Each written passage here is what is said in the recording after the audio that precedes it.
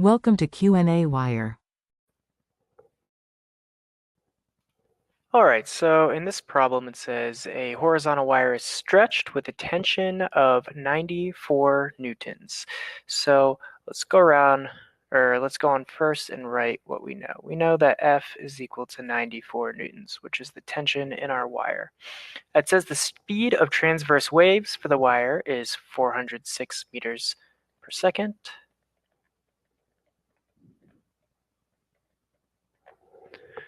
And it says, it asks, what must the amplitude of a traveling wave of frequency 69 hertz be for the average power carried by the wave to be 0.365 watts? So what must A be if the frequency is 69 hertz and the average power, call it P average, is equal to 0.365 watts?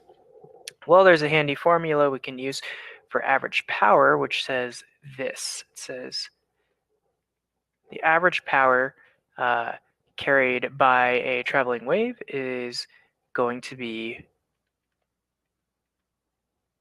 1/2 times square root of mu times F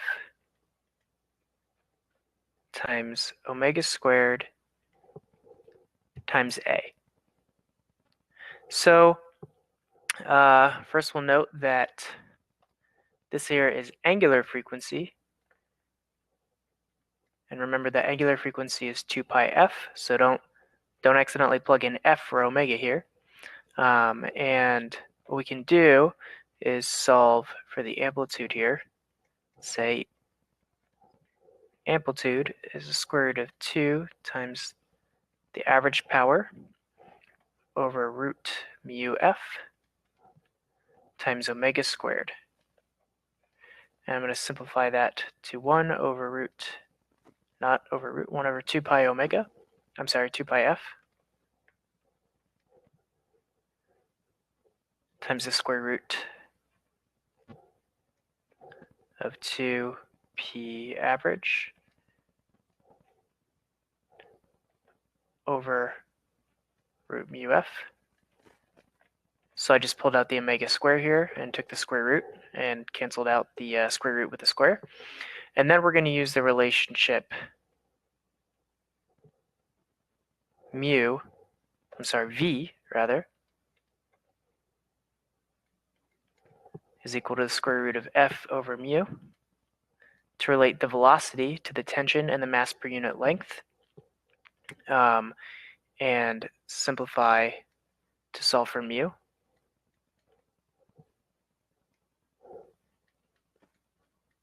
So we can plug it in here. So we're going to plug that in for mu here and get A equals 1 over root. Sorry, not 1 over root. 1 over 2 pi f times the square root of 2 p average over the square root of f squared over v squared. Okay, so what we did here is we solved for the amplitude, which is what we were after using this power equation, and then we asked what our knowns and unknowns were.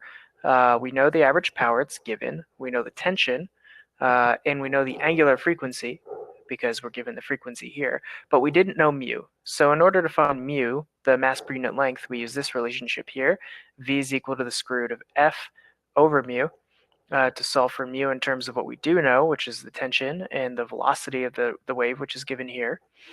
And now our final expression for amplitude only includes everything that we know. We know f, we know the average power, we know the tension, and we know the velocity.